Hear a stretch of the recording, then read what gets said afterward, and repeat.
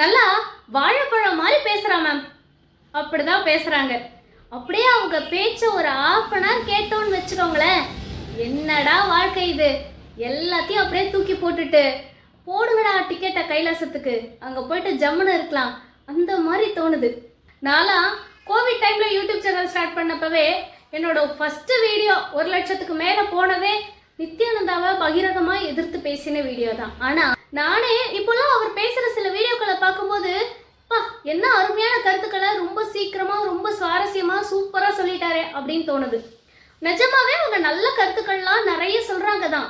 அதை ஃபாலோ பண்ணாலாம் நம்ம எங்கேயோ போயிடுவோம், அவ்வளோ சூப்பராக சொல்கிறாங்க. ஆனால் அதை நம்ம அப்படியே பிளைண்டாக நம்பி எல்லாத்தையும் விட்டுட்டு இப்படியெல்லாம் ஒருத்தவங்களை ஓவராக சப்போர்ட் பண்ணால் அதோட விளைவு ரொம்ப அதிகமாக இருக்கும். அதெல்லாம் எதுக்காக இப்படி அப்படியே பால் சொட்ட தேன் சொட்ட பேசிக்கிட்டே இருக்காங்க? என்ன பேசினாலும் அதிகபட்சமாக 99% பீப்புளுக்கு அதை ஆமோதிக்கிற மாதிரி தான் இருக்குது. அவங்க கருத்துக்கள் இப்போ எங்கேயுமே எதிர்க்கிற மாதிரியே இல்லை. இதுதான் அவங்களுக்கு தேவை. அப்போ தான் ஒரு பெரும்பான்மையான கூட்டத்தை அவங்களால சேர்த்துக்க முடியும். அதுக்கப்புறமா தான் அவங்களோட சுயரூபமெல்லாம் வெளியில் வரும். அதுவும் வெளியிலே வராது, அது உள்ளுக்குள்ளேயே பெருசாக நடக்கும். அது நிறைய பணப்புழக்கம் எல்லாமே அதுக்குள்ளே வந்துடும். அதனால எப்போவுமே நம்ம அவங்களோட கருத்துக்களை மட்டும்தான் எடுத்துக்கணுமே தவிர இந்த மாதிரி மனிதர்களை பெருசாக வளர்த்து விடவே கூடாது.